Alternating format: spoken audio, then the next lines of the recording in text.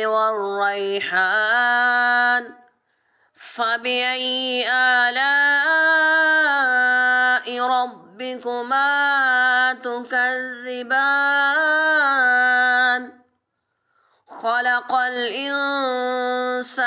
من صلصال كالفخار وخلق الجن من مارج من نار فبأي آلاء